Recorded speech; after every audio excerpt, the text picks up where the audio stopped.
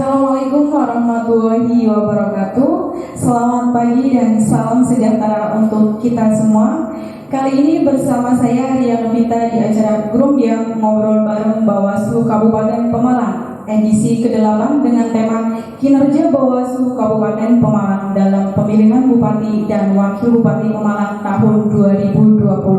Nah, di sini sudah ada narasumber kita, yaitu Bapak Safruddin Hadi Sabutro selaku Koordinator Divisi SDM dan Organisasi. Selamat pagi, Pak. Assalamualaikum warahmatullahi wabarakatuh. Waalaikumsalam warahmatullahi wabarakatuh. Oke nih Pak, sebelum kita masuk ke obrolan kita pada pagi hari ini, Pilkada 2020 itu sudah dilaksanakan pada tanggal 9 Desember tahun 2020 dan kemarin pada tanggal 26 Februari 2021 dilantik pasangan terpilih calon Bupati dan Wakil Bupati Pemalang tahun 2020. Nah, untuk itu di sini kita langsung saja ngobrol terkait kilas balik bagaimana kinerja Bawaslu Kabupaten Pemalang, tentunya dari segi SDM dan organisasi. Baik, langsung saja Pak, bagaimana nih Pak, kemarin kan pilkada sudah dilaksanakan dan pengawasan setiap tahapan-tahapan juga sudah selesai. Nah, untuk SDM sendiri itu jumlahnya berapa Pak untuk dalam pengawasan pilkada 2020 kemarin? Ya, terima kasih. Di pelaksanaan pilkada di Pemalang ini secara umum berjalan secara lancar. Ini diapresiasi oleh pihak keamanan dari Polres, kemudian Kesbang juga dari Bupati, karena tidak ada sesuatu yang menonjol sebagaimana bila dibandingkan dengan pilkada 2015 di mana pilkada 2015 diwarnai dengan banyak sekali demo. Kali ini tidak ada yang menonjol tapi berjalan secara baik. Kita juga mempunyai kekuatan yang cukup dibekali dengan ilmu, di mana mereka di dalam melakukan pengawasan penanganan pelanggaran juga cukup signifikan, gitu kan. Artinya apa? Dan kekuatan komisioner yang 5 kebetulan semuanya laki-laki, artinya 100% laki-laki. Ini tidak ada kendala untuk menjangkau wilayah yang begitu luas, yang punya wilayah spesifik. Artinya apa? Ada wilayah punggung di mana jalannya juga banyak yang rusak, kemudian medannya cukup sulit. Kemudian di samping di wilayah Pantura ini juga demikian, wilayahnya begitu datar, luas, tapi masih bisa dijangkau oleh 5 komisioner. Karena kita sudah membagi tugas, masing-masing 5 komisioner ini terbagi dalam 5 koordinator wilayah, sehingga tidak ada wilayah yang tidak pernah dijangkau oleh 5 komisioner. Demikian juga di masing-masing kecamatan kita juga menempatkan orang-orang yang sudah berpengalaman, gitu. Artinya apa? Dari segi pendidikan mereka juga tiap-tiap kecamatan ini mesti ada yang sarjana, sekalipun minimal syarat mereka adalah SMA, tapi yang sarjana cukup mendominasi. Ya, ini kita boleh katakan sekalipun belum 30% perwakilan perempuan, tapi kita sudah mencoba untuk berusaha untuk memenuhi keterwakilan perempuan. Jadi ada 24%, 10 orang panwascam dari 42. Kemudian di PKD juga demikian. Ini justru malah melebihi dari kuota keterwakilan perempuan. Kita ada 220 desa dan kelurahan, ada 75 pengawas kelurahan dan desa dari unsur perempuan, berarti ada 34%. Ini juga cukup membantu, gitu kan, ketika ada pengawasan di tingkat kecamatan.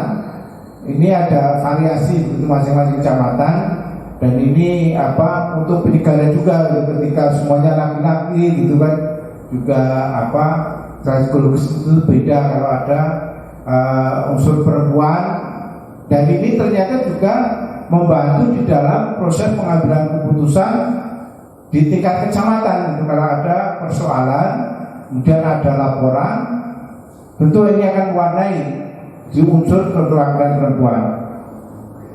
Yang paling bawah pengawas ekor kita ada 3.148 TPS.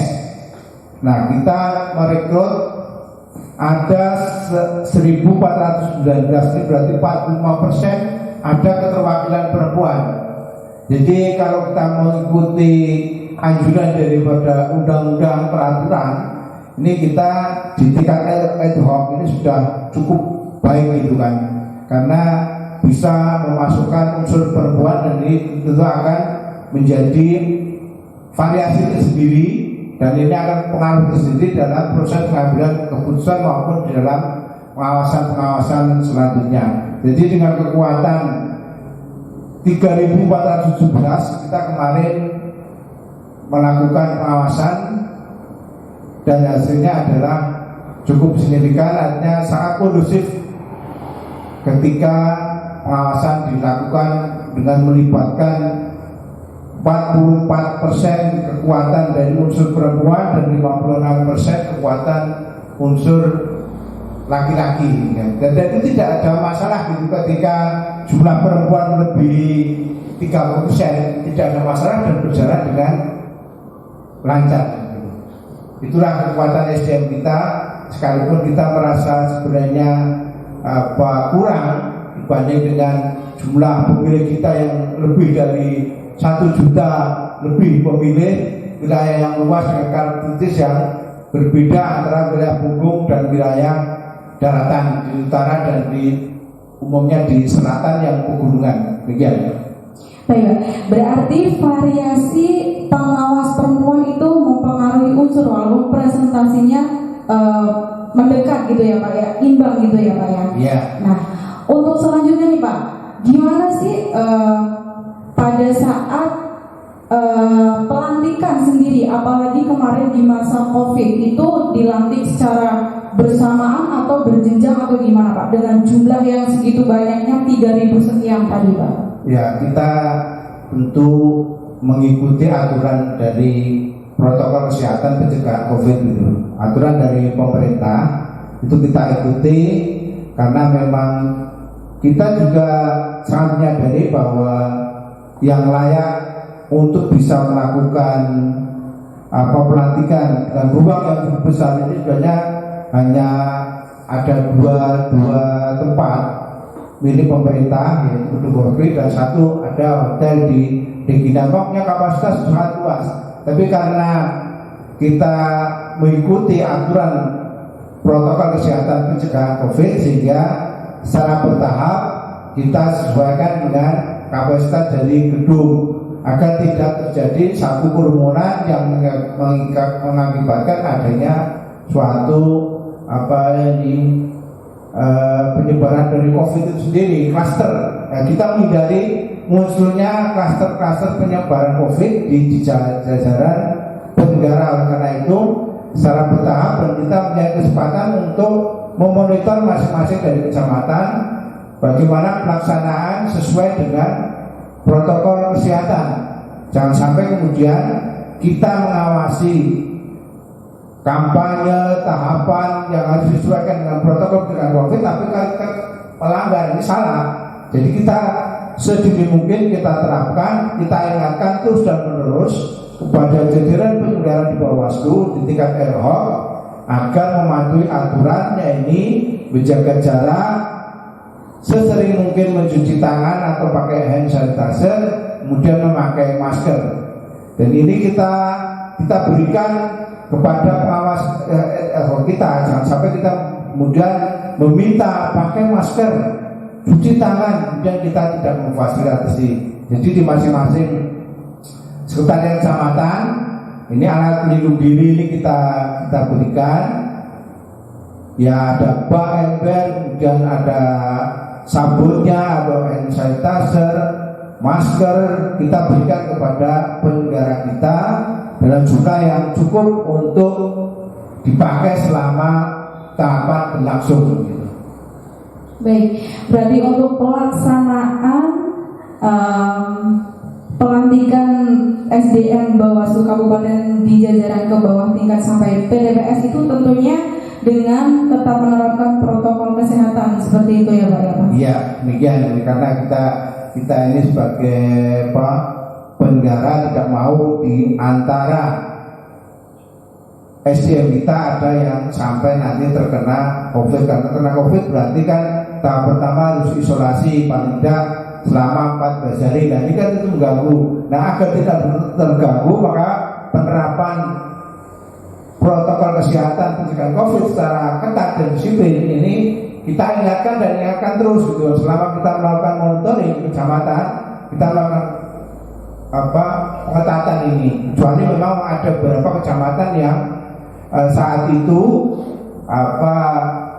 di pihak PNS kecamatan ada, sehingga karena sekretariatnya bergabung antara kantor kecamatan dengan sekretariat Panwasam, sehingga di Pulau Sari itu sempat selama 3 hari ini melakukan isolasi gitu kan, tidak masuk kerja tapi tetap melakukan pemantauan karena dikhawatirkan kalau pihak kecamatan kemudian lagi dibersihkan kemudian disemprot dengan bahan tertentu, kemudian kita juga mengikuti gitu kan. Tapi pengawasan tetap, karena kita memang ada tugas khusus sebagai seorang pengawas juga mengawasi penerapan pencegahan COVID gitu kan. Jadi tidak ada masalah. Ada tidak ada COVID karena ini sudah menjadi tugas. Tinggal caranya saja, seni kita untuk melakukan pengawasan gitu kan. Karena ini terkait dengan seni orang gitu kan. Tetap mengawasi sekalipun ada COVID agar pelanggaran bisa kita kendalikan seminim mungkin, tidak ada pelanggaran gitu kan. Memang antara yang diawasi yang mengawasi ini sama-sama harus menerapkan. Cuma persoalannya ketika pengawas tidak bisa menerapkan aturan untuk dirinya sendiri dan mengawasi orang lain, ini tidak seimbang. Oleh karena itu pengawasan ini dibekali dengan secara SDM kita dibekali dulu, kita ingatkan terus dan menerus. Ketika kantor kemudian tidak ada yang datang piket, pengawasannya kita tegur gitu kan. Karena apa? Jangan sampai kemudian kita bertugas ngawasi, kemudian ada laporan tidak ada yang menerima. Nah oleh karena itu dari Kodim SDM ini memang seringkali melakukan monitoring ke masing-masing koordinator wilayah ini untuk kita tidak mengajukan piket, tapi diatur bagaimana agar yang namanya sekretariat sekalipun sudah ada PNS di masing-masing kecamatan dan pihak kecamatan, tapi ada dari yang non PNS ini bisa mengatur ritme jam-jam berapa orang itu kecenderungan untuk menghubungi sekretariat. Ini kan tentu beda karena wilayahnya di Punggung. Ini kan orang ke kecamatan biasanya agak siang, sehingga tidak mungkin jam 8 mereka mau sekretariat gitu kan. Biasanya agak siang atau sore itu mereka mau melapor gitu kan. Sehingga kita menyesuaikan.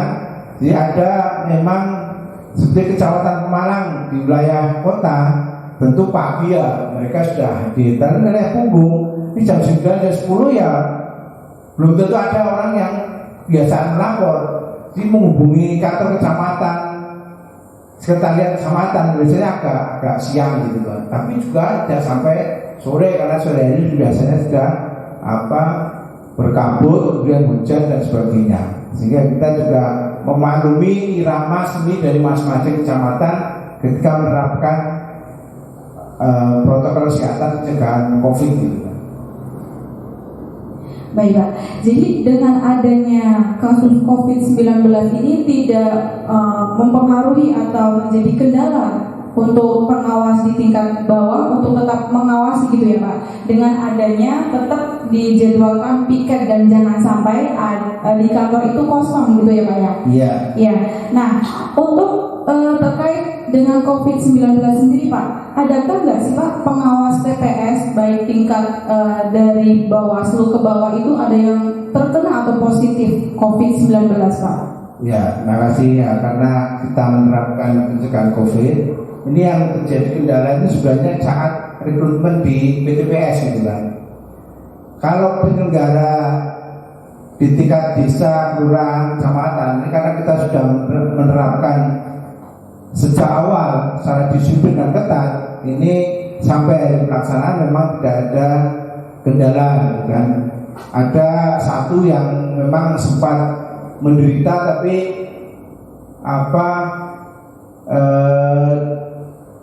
belum jelas antara COVID dan COVID, tapi gejalanya ada. Orang makan ya mungkin kena COVID tapi tidak bergejala, itu satu orang itu memang ada. Tapi kalau di tingkat PTPS ini saat rekrutmen ini ada 31 yang positif, sehingga mereka dibebas tugaskan gitu kan.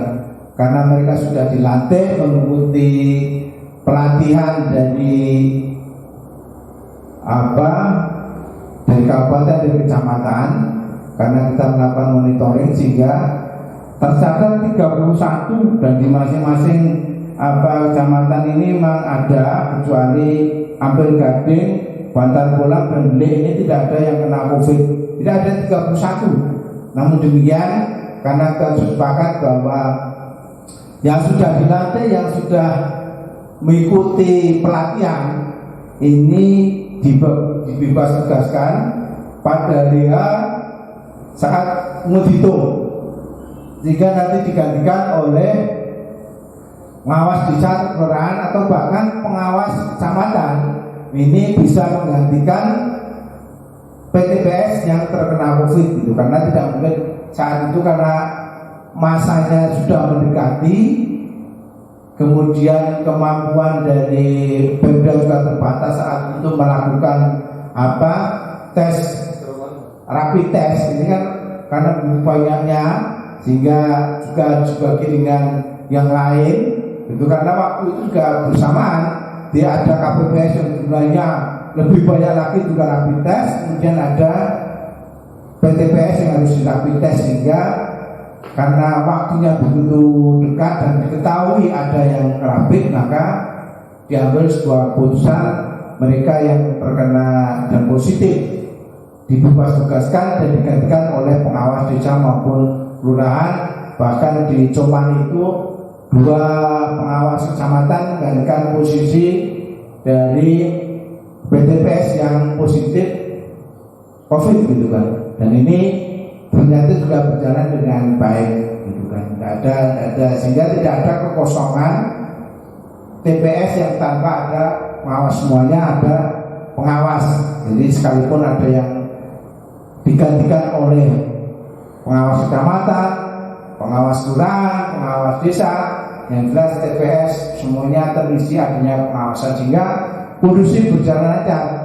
Sekalipun kami juga mencatat ada 2 TPS itu yang sempat kecolongan gitu kan. Ada pemilih yang dinyatakan positif COVID harus melakukan isolasi mandiri, ternyata dia bisa menggunakan hak pilih di TPS gitu kan. Memang TPS disediakan, ada TPS khusus gitu saat itu, cuma peruntukan kan berbeda. TPS bilik khusus ini dilakukan untuk mereka yang suhunya tinggi. Dan ini sempat juga menjadikan pemilih agak ragu. Loh, itu kok ada pemilih yang COVID dibiarkan oleh pengawas. Nah, ini kelemahannya. Saat itu pengawas tidak mendapatkan data pemilih COVID. Yang mendapat data itu adalah ketua KPPS, diberikan oleh pihak desa maupun puskesmas. Namun juga tetap bisa kita atasi, karena begitu ketahuan langsung mereka diisolasi oleh pihak desa untuk kemudian tidak melakukan jalan-jalan keluar rumah selama masa isolasi, agar tidak menjadikan pada saat pemungutan suara terjadi klaster di TPS tertentu. Lagi-lagi pengawas dengan cepatnya ketika ada kegaduhan mengambil satu keputusan untuk KPPS segera melakukan koordinasi dengan pihak desa terhadap pemilih yang kena COVID. Kami apresiasi kepada pengawas di TPS yang secara sigap mengambil keputusan untuk meminta KPPS untuk steril dari pemilih COVID.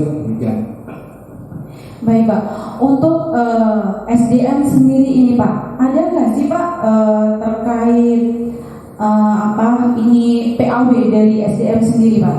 Ya, ini memang berita duka ya. Artinya kita merekrut Panwas kami juga sudah mendasari dengan surat kesehatan dan secara fisik juga biasa bersama-sama ini.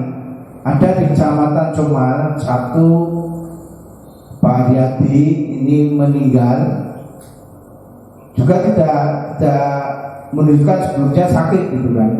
Tiba-tiba ada berita Melayu meninggal. Padahal sebelumnya ini biasa melakukan bersepeda bersama dengan komisioner gitu kan. Nah ini sudah diproses, ada yang meninggal sehingga harus PAW. Kemudian yang satunya juga perempuan di wilayah Watukumpul. Ini biasa perempuan tapi biasa melakukan perjalanan antara Pemalang, Semarang, bersepeda motor, itu biasa.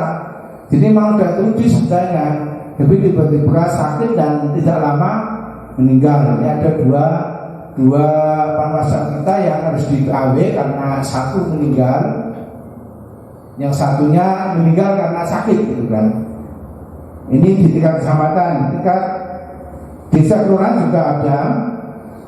Jadi ada 5 petugas di desa kelurahan. Ini alasannya ada yang karena mendapat pekerjaan baru di Jakarta. Nah, ini kita juga tidak mungkin untuk kemudian menahan itu karena sehingga harus PAW. Dan ada juga yang di PAW karena dia tidak mau mengikuti protokol kesehatan mencegah COVID. Artinya apa? Ketika dia tidak mau kemudian melakukan rapid, dia lebih baik mengundurkan diri. Nah kita terima gitu kan. Karena apa? Ketika kita memaksakan harus rapid padahal mereka tidak mau, kemudian dia mengingatkan persoalan protokol kesehatan, nah ini menjadikan mereka lebih baik saya mundur daripada di rapid gitu kan. Ya kita akhirnya mengambil satu keputusan, kita terima dan kita PAW. Dan kalau untuk TPS ini sebenarnya istilahnya bukan PAW ya, tapi karena mereka positif COVID sehingga ada 31 yang harus digantikan oleh pengawas desa kelurahan atau ada yang digantikan oleh pengawas tingkat kecamatan. Ya. Untuk 2 PAW tadi Pak, untuk tingkat kecamatan itu ada nggak sih Pak dari BPJS sendiri, ada nggak sih tanggapannya itu gimana Pak dari BPJS? Ya, kita bersyukur bahwa di anggaran kita pilkada ini menyediakan BPJS Ketenagakerjaan sehingga masing-masing dari yang meninggal dari Kecamatan Ujami maupun di Watukumpul meninggalkan sakit ini semuanya sudah menerima BPJS Kesehatan santunan. Itu sudah diterimakan di provinsi gitu kan. Kebetulan saya waktu SDM ini menyaksikan langsung serah terima dari peserta simbolis BPJS Ketenagakerjaan gitu kan. Jadi kita bersyukur ini sangat membantu terutama keluarga. Jangan sampai kemudian kita kalau bahasa kasarnya mempekerjakan orang kemudian ada yang meninggal sakit kemudian tidak sampai ada santunan. Alhamdulillah ini diterima langsung melalui rekening keluarga. Jadi Bawaslu tidak tahu jumlah uangnya, tidak tahu bentuk uangnya, tapi langsung masuk di rekening di keluarga. Dan ini sudah diserah terimakan, kita dokumentasikan dan kita masukkan dalam buletin dokumen tersebut sehingga banyak orang mengetahui bahwa menjadi penyelenggara ini ada BPJS Ketenagakerjaan, dan ketika mereka meninggal saat tugas karena memang ada saatnya dan kemudian meninggal karena sakit ataupun kecelakaan yang lain, ini ada jaminan terhadap mereka yang ditinggalkan. Bersyukur kita ada demikian.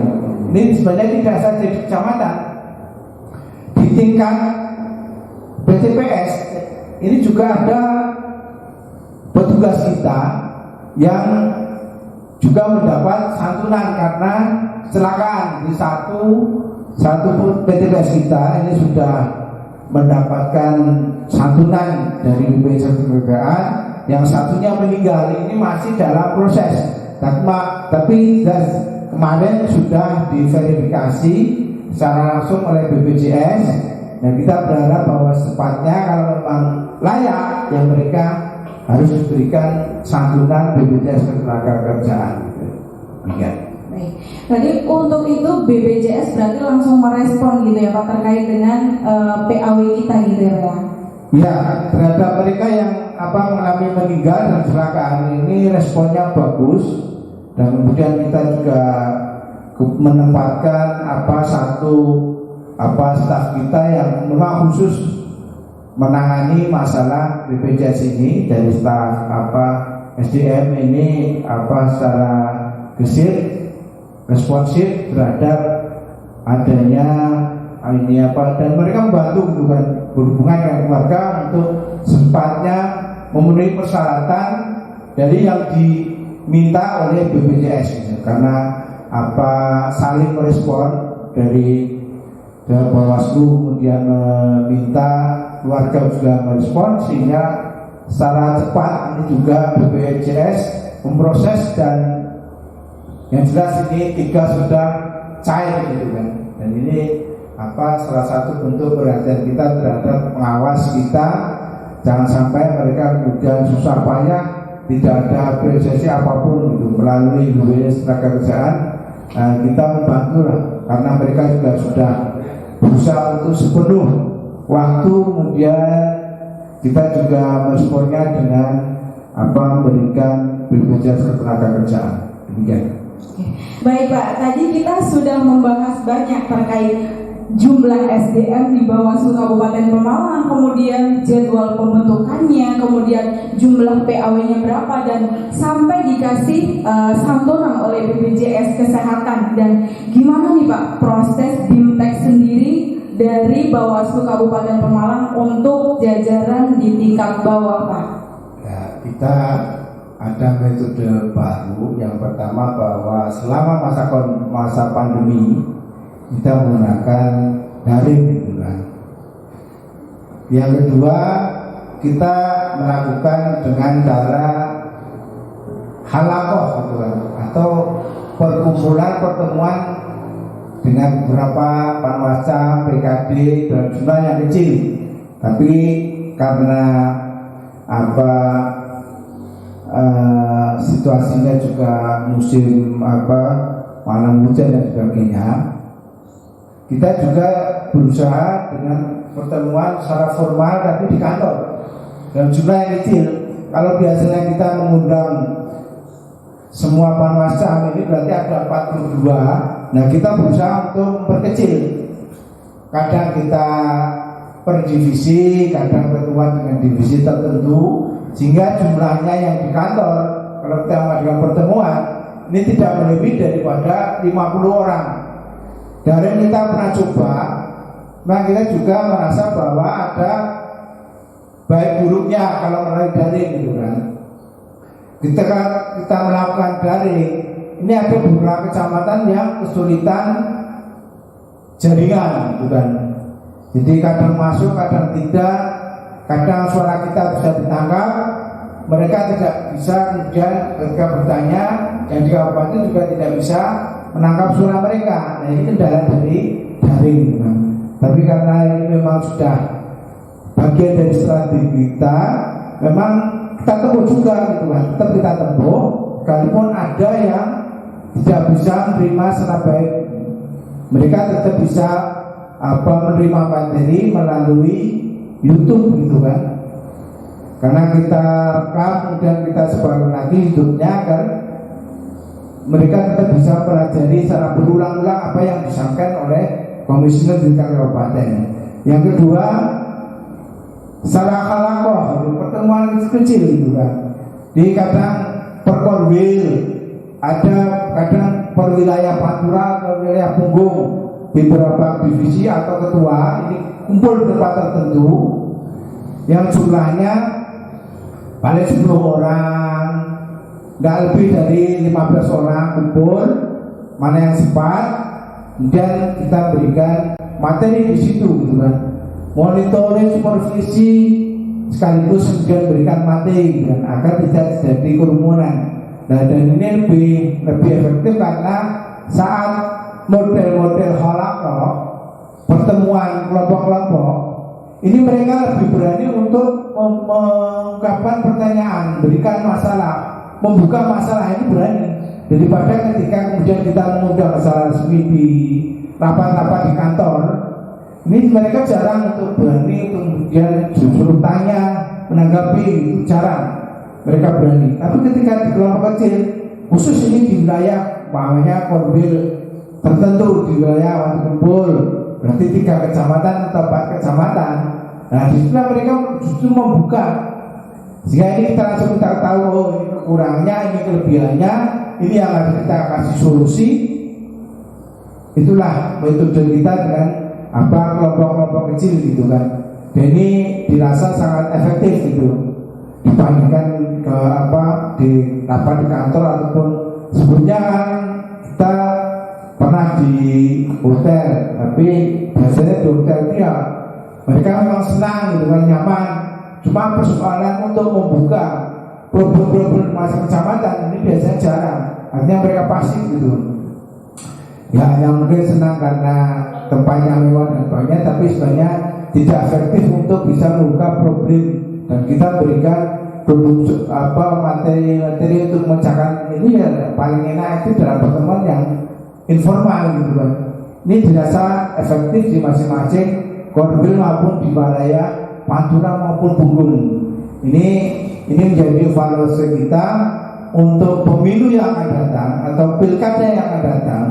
Ini justru pertemuan-pertemuan yang sifatnya kecil ini perlu diefektifkan dalam rangka membuka keran mereka mau bertanya, membuka keran mereka mau menyajikan, memaparkan persoalan yang sesungguhnya yang terjadi di tingkat kecamatan, persoalan yang terjadi di tingkat desa ataupun kelurahan melalui perwakilan dari pengawas desa kelurahan. Artinya apa? Ketika kita umpamanya di Randungal, kita ada 3 panwasa, dan wilayah terdekat panwas desa kelurahan ini kadang diminta diundang, yang penting tidak lebih dari 10 atau 15 orang. Nah ini mereka juga panwas desa kelurahan juga mau ketika pertemuannya bersifat informal, terbuka mereka. Nah ini menjadi evaluasi kita ke depan. Ada baiknya tidak selamanya di hotel kemudian pertemuan itu bisa efektif, justru yang di informal, pertemuan kecil yang sifatnya mendadak, spontanitas, ini lebih efektif untuk membuka keran pertanyaan maupun problem-problem yang sesungguhnya terjadi di tingkat desa maupun di tingkat kecamatan. Itulah yang kita kemarin evaluasi. Jadi untuk daring memang ini tidak tingkat nasional, provinsi maupun kabupaten semuanya ada problem gitu kan. Ketika kita juga melakukan daring tingkat nasional pun juga seringkali juga ada problem. Listrik kadang mati, kadang suaranya kadang bisa ditangkap, kadang tidak. Ketika kita kemudian mengajukan satu pertanyaan sudah ditangkap, ada yang mau tanya, tapi ketika kita kemudian mengajukan pertanyaan ternyata suara kita tidak ditangkap. Ini tidak problem ini karena mungkin ini baru pertama kali ya ada pandemi sehingga model komunikasi kita melalui daring gitu kan.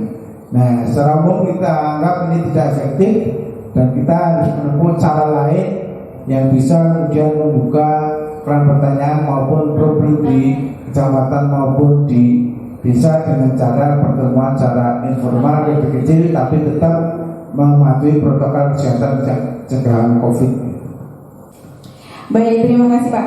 Berarti dapat disimpulkan bahwa metode BIMTEK yang dilakukan itu ada 3 metode, yaitu metode daring, kemudian formal di hotel, dan satunya lagi per wilayah seperti itu ya Pak ya.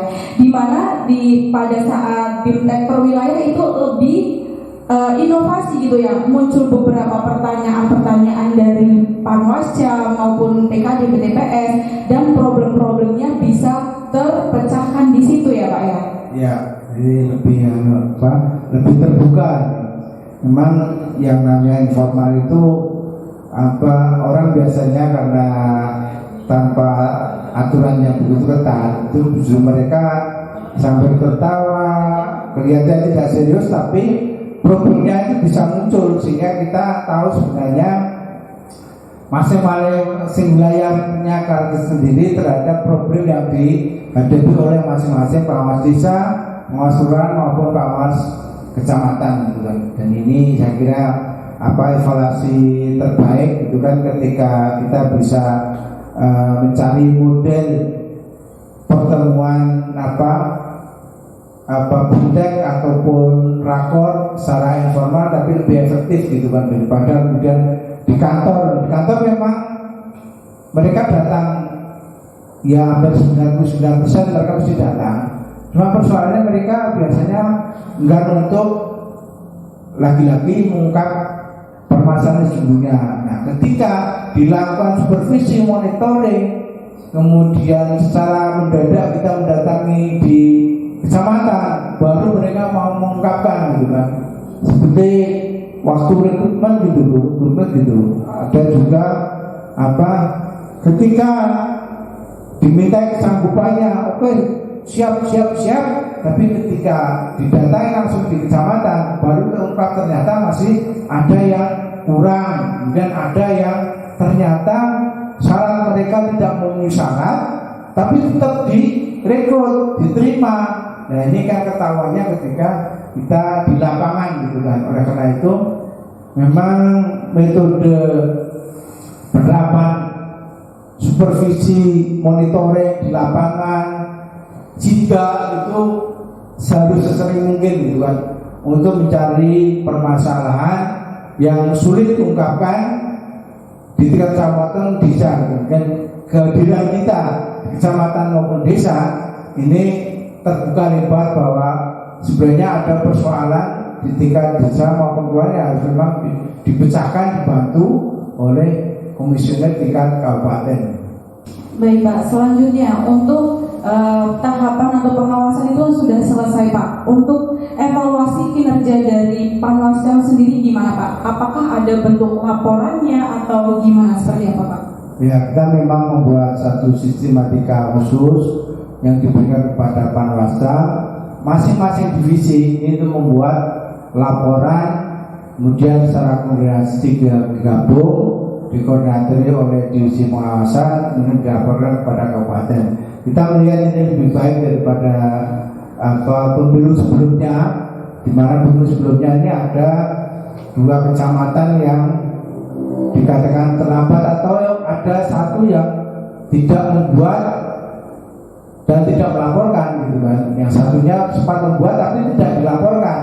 Ada kecamatan yang tidak melaporkan kinerja pengawasan selama tahapan pemilu. Nah di pilkada ini kita membuatkan sistematika yang harus dipatuhi oleh Panwascam dan mereka semuanya membuat laporan dan kita kasih timing waktu tertentu, batas waktu tertentu, tidak boleh kemudian waktu itu dilanggar gitu kan. Dan ini semuanya bisa, ternyata bisa gitu kan.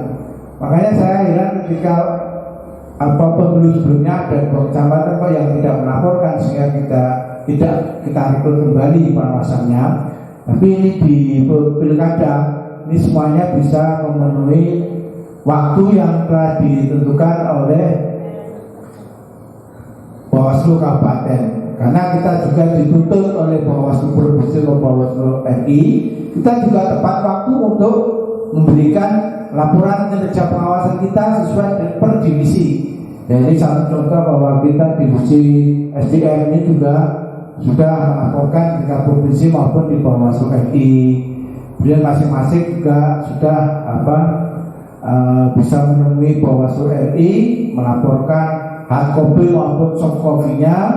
Di samping sebelumnya kita diminta hard dan soft copy-nya di tingkat provinsi, sehingga tahapan selesai sampai pelantikan kemarin kita sudah memenuhi laporan kita selama kita menjalankan tugas gitu kan, dan itu dilakukan secara baik. Dan ini nanti akan kita kupas selanjutnya. Di samping kinerja dari SDM, nanti masing-masing divisi juga akan menampilkan kinerjanya bahwa selama masa pandemi COVID kita bisa melakukan pengawasan secara baik, kita bisa melakukan penanganan pelanggaran secara baik, sekalipun prestasinya tidak sebagaimana 2015, tapi paling tidak pelaksanaan Pilkada Malang ini kondusif, tidak ada gaduh sebagaimana pilkada sebelumnya yang diwarnai oleh kegaduhan yang cukup membuat pihak kepolisian harus turun tangan, melibatkan kepolisian tetangga untuk bergabung ke Malang dalam rangka pengamanan pilkada agar lebih kondusif dan kondusif.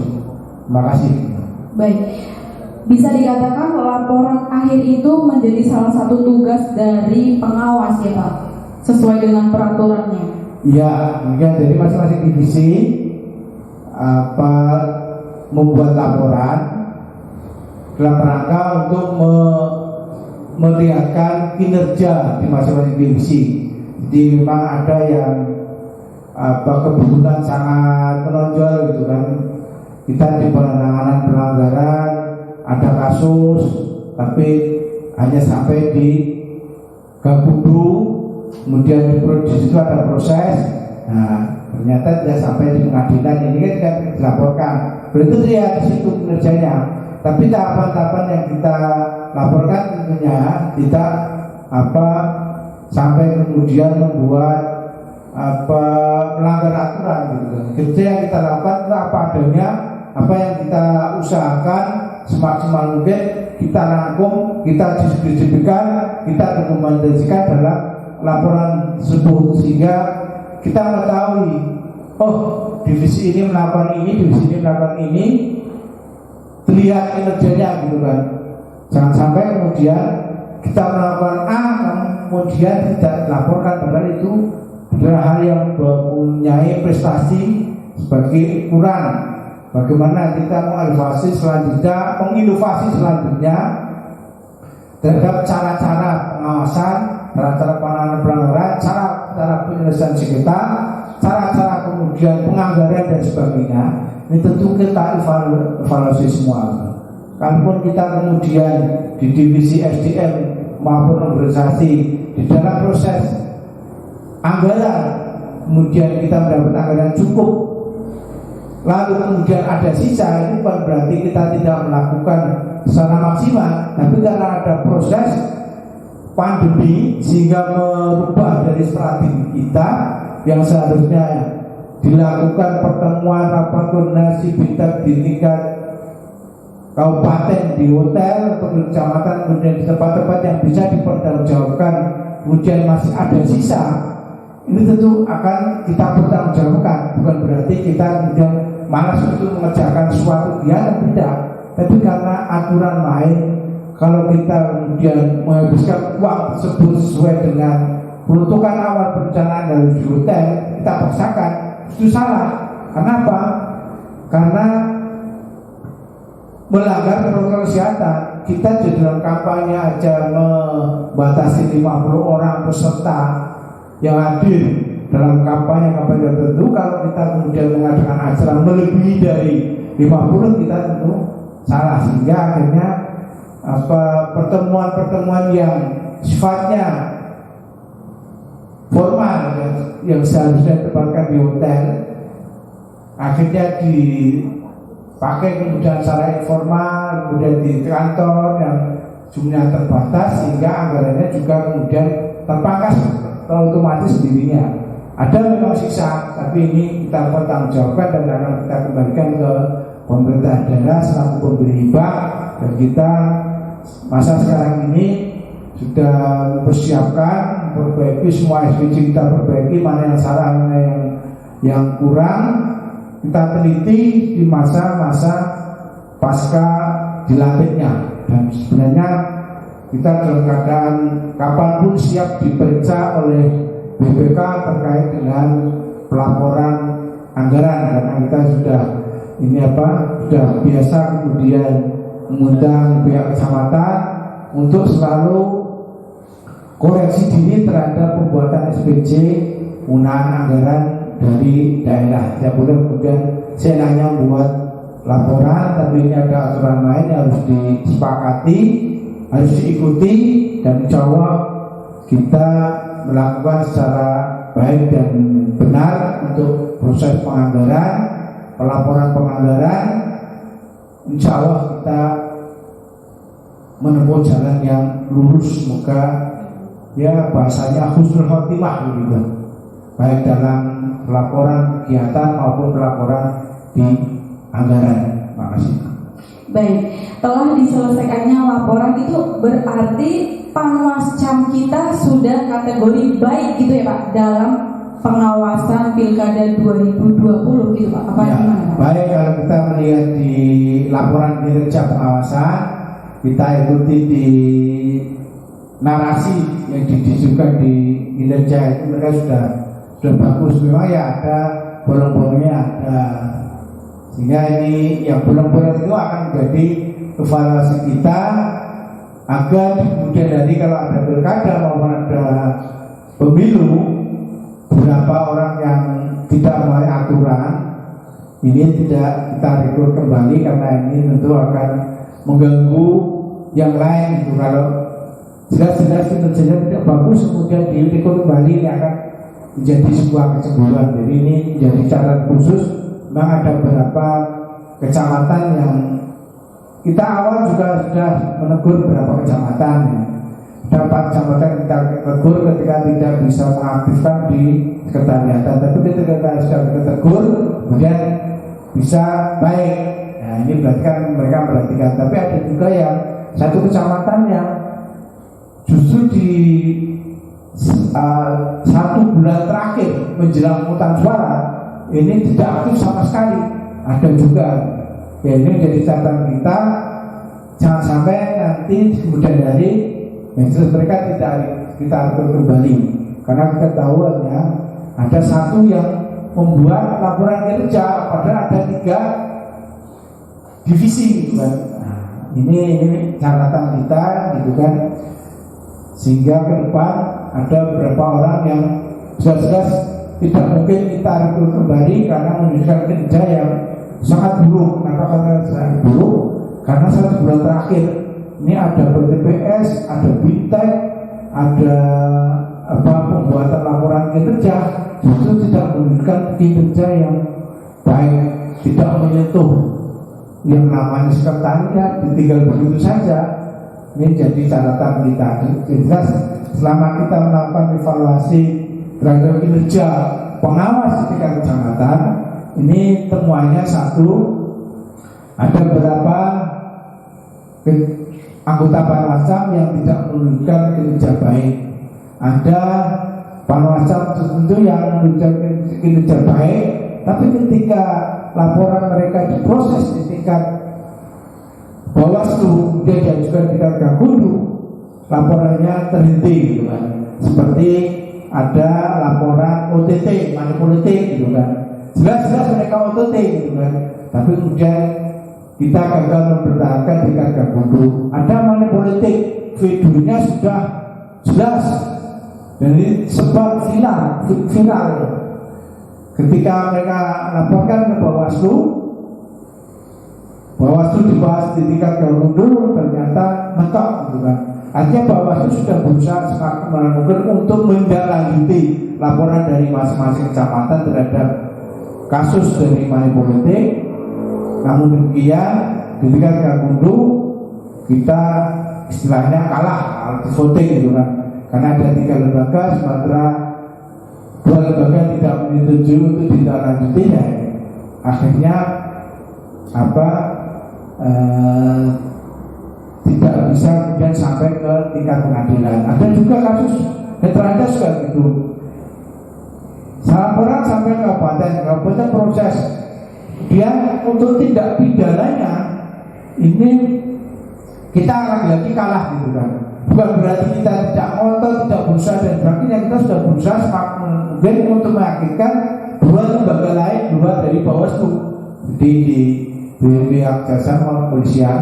Namun demikian karena pihak lain kemudian tidak menyetujui tidak lanjut tersebut, demikian kasus netralitas ini tetap ditindaklanjuti oleh bupati. Mereka diberikan sanksi, tapi tidak pidananya tidak berlanjut. Nah, kita tetap apresiasi pada pengawas kita di tingkat kecamatan yang sudah berani kemudian membuat laporan dilanjutkan kepada Bawaslu. Bawaslu kemudian sudah berusaha semaksimal mungkin untuk melakukan proses-proses selanjutnya dan meyakinkan pihak lain agar proses ini berlanjut. Kalau pidana ya dipidana, jangan kemudian berhenti gitu, sehingga ada nuansa aman atau zero accident, ya tidak ada kasus gitu kan. Karena kami sudah mengingat Jawa dan untuk jangan sampai kemudian cari aman, kemudian tidak ada kasus, tidak ada yang tidak lanjuti, padahal di situ ada kasus dan layak untuk ditindaklanjuti. Ya, kita bersyukur bahwa SDM kita sudah mulai dari kecamatan sudah mulai berani untuk melaporkan kasus-kasus sekalipun tindak lanjutnya ini kita kalah di tingkat Gakumdu. Baik, terima kasih Pak. Secara dapat disimpulkan bahwa SDM kita baik dalam melakukan pengawasan gitu ya Pak ya. Baik Pak, ini karena terkendala terkait waktu, terima kasih Pak atas obrolannya kita di pagi hari ini. Semoga nanti ke depannya Bawaslu Kabupaten Pemalang dapat lebih baik lagi dalam melakukan pengawasan pada pilkada maupun pemilu ke depannya. Mungkin dari Bapak Safrudin sendiri terkait pilkada 2020 gimana Pak? Ya, kami berharap pada masyarakat ini lebih aktif. Jadi SDM kita di Malang ini kan 1,3 lebih juta penduduk. Ya, seharusnya kita lebih mudah untuk memilih SDM untuk penyelenggara di tingkat daerah kita. Nah, kemudian kita masih mengalami satu kendala bahwa masyarakat ini masih minim di tingkat partisipasinya menjadi pengawas pemilu maupun pilkada. Memang kita terpenuhi secara jumlah kuantitatif, jumlah kita pengawas kita ini terpenuhi, tapi untuk kualitatifnya ini yang masih ada kendala. Artinya apa? Kita banyak penduduk kita, pemilih kita yang sarjana, tapi yang daftar masih sedikit. Yang lulusan SMA cukup banyak, tapi juga di bidang pengawasan kepemiluan ini juga masih minimalnya mereka nol gitu. Ini akan menjadi kendala kita, menjadi PR kita bahwa perlunya pembentukan kader-kader pengawas partisipatif. Artinya apa? Mereka tidak harus menjadi penyiaran, tapi mereka menjadi pengawas yang aktif di masyarakat, mengikuti kegiatan tahapan dan ada pelanggaran mereka mau melaporkan. Nah, kita memang ada kader gitu kan, jumlahnya masih minim dan belum terkomunikasi secara baik. Kita akan ada program di 2021 ada pembentukan desa pengawasan dan desa anti money politik. Nah, melalui kode SDM ini nanti kita akan juga membantu koordinasi pengawasan dalam rangka memberikan materi sejauh mana peningkatan kapasitas dari pengawas-pengawas kita yang kemarin mengikuti SKPP ini untuk bisa menularkan pada masyarakat yang lain, membentuk satu kelompok tertentu untuk bisa minimal di desanya ini membangkitkan ikut berpartisipasi dalam pembangunan dalam segala bidang. Artinya apa?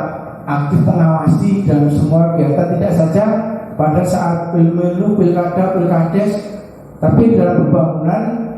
Kalau dasarnya memang mereka ada kemampuan untuk berpartisipasi di bidang pengawasan, saya kira di forum mana saja bisa mereka mengawasi, melaporkan. Tidak hanya kemudian kita ini seringkali berpartisipasi hanya dalam hal menikmati hasil.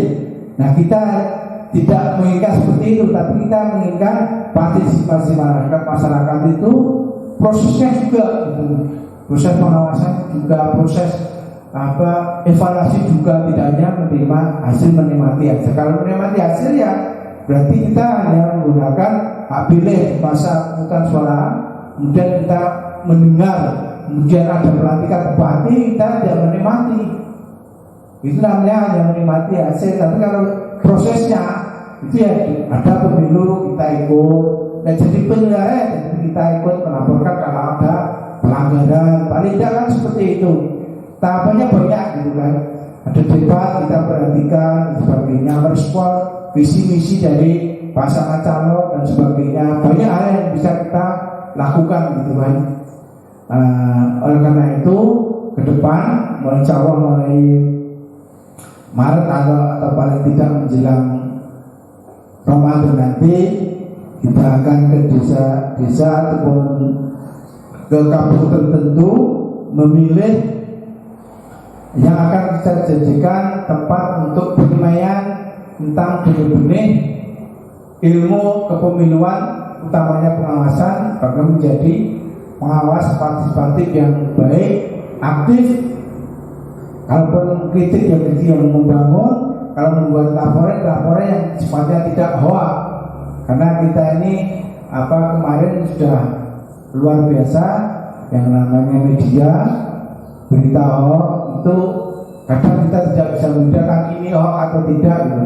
Tapi melalui nanti pelatihan maupun bentukan desa pengawasan maupun desa barang politik, kita berusaha untuk membangkitkan dan memunculkan kader-kader baru yang sifatnya partisipatif, yang ini nantinya juga bisa bergabung kalau ada pemilu pilkada bersama Bawaslu Kabupaten Pemalang, bersama rakyat awasi pemilu, bersama Bawaslu tegakkan keadilan pemilu. Saya Rina Vita selaku host Bawaslu Kabupaten Pemalang mundur diri. Assalamualaikum warahmatullahi wabarakatuh.